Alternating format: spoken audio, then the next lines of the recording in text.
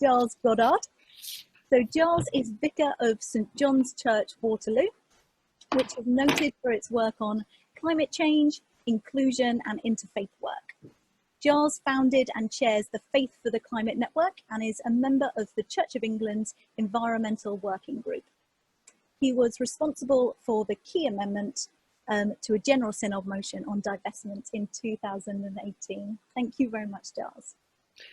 Thank you, Holly, very much. It's very good to be with everyone today. It's partly because of Operation Noah that I'm here at all, because in fact, the reason that I got involved in climate change was because a very young member of my congregation, well, relatively young, she was 19, challenged me back in 2012 about a donation which we'd received from Shell towards our festival, because Shell are in the parish. And she came to see me and she made the connections between Shell and fossil fuels and climate change and all those things, which I wasn't really aware of at the time. And as a result of that, I became involved in Operation Noah. And as a result of that, I put a motion through the General Synod, which started, David talked about grassroots. It started here in the parish and went up through the deanery and then through the diocese and up to the General Synod, in order to encourage the Church of England to be more engaged in environmental aspects, which included setting up the Environment Working Group. And also, back in 2014, asked the Church of England to be more proactive in terms of its divestments. Originally, we were asking for divestment, but that was amended as part of the process.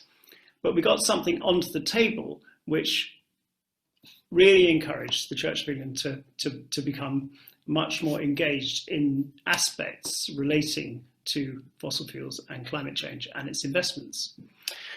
Then there was another motion in 2015, and in that motion I put an amendment asking what success would look like in engagement, because the Church of England has very strongly taken the view that engagement is better than divestment historically. So we asked them how they would know whether the engagement was being successful. And partly as a result of that motion, the Transition Pathway Initiative was launched in 2017.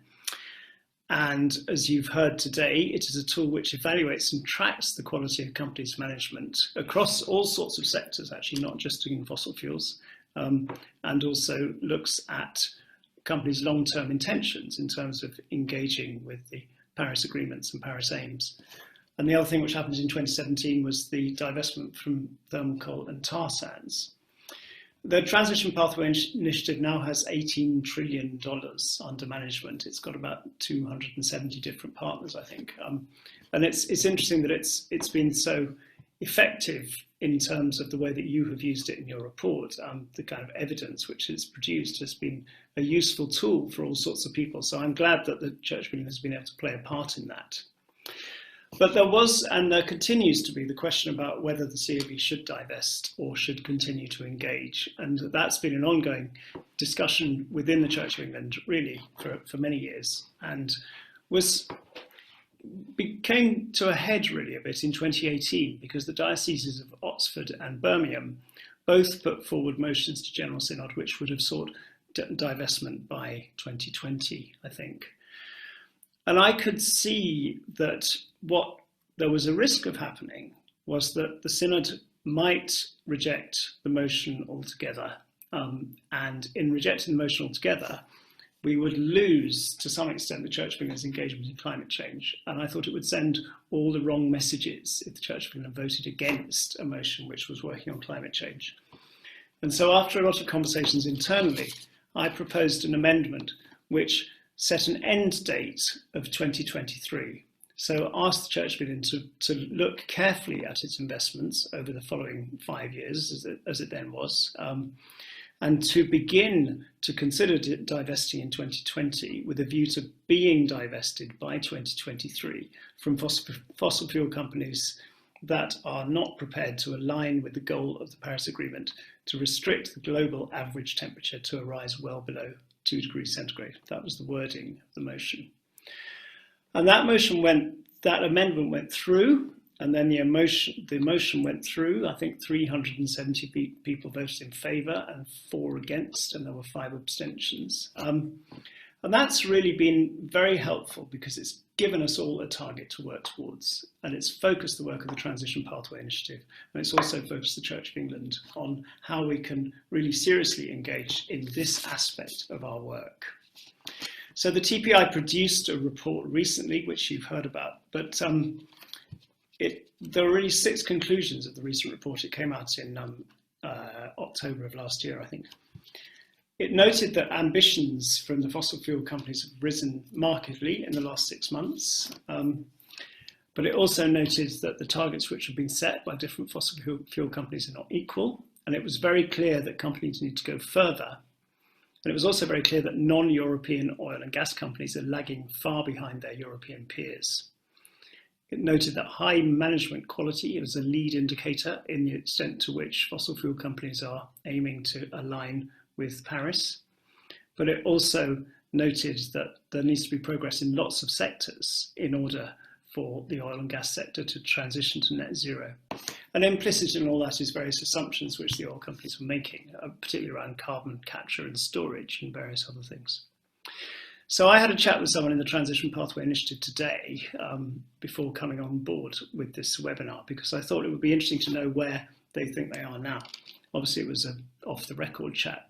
But his informal view was that there may well be, by 2023, only a couple of fossil fuel companies which could be seen as seriously attempting to align with the climate targets. He didn't name them, but he thought there might be at most only a couple out of all the fossil fuel companies all over the world. And that would very much depend on unknowns such as carbon capture and storage.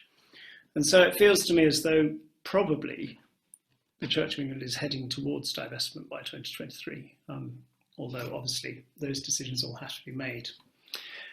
And I want to congratulate Operation Noah, and I want to congratulate everyone who's been involved in those conversations as we move towards that possible outcome.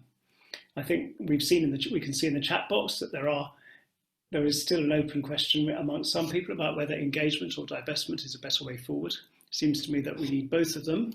And we need to use divestment as a tool, as a kind of last resort tool, in order to bring about real change. So what can we do to help the progress? I think we can continue to ask the sorts of questions that we are asking through church channels and look at whether the outcomes from the engagement process are really making sufficient difference. I think it's really crucial that we don't just approach the fossil fuel extraction companies, but that we approach governments, because policy, having really active policies in relation to climate change, is as important as getting fossil fuel companies to change their behaviour. We've got the COP26 talks coming up now next November. Countries are beginning to work out their nationally determined contributions at the moment, and they're all looking at policies. They're looking at also how they're going to respond to the COVID pandemic.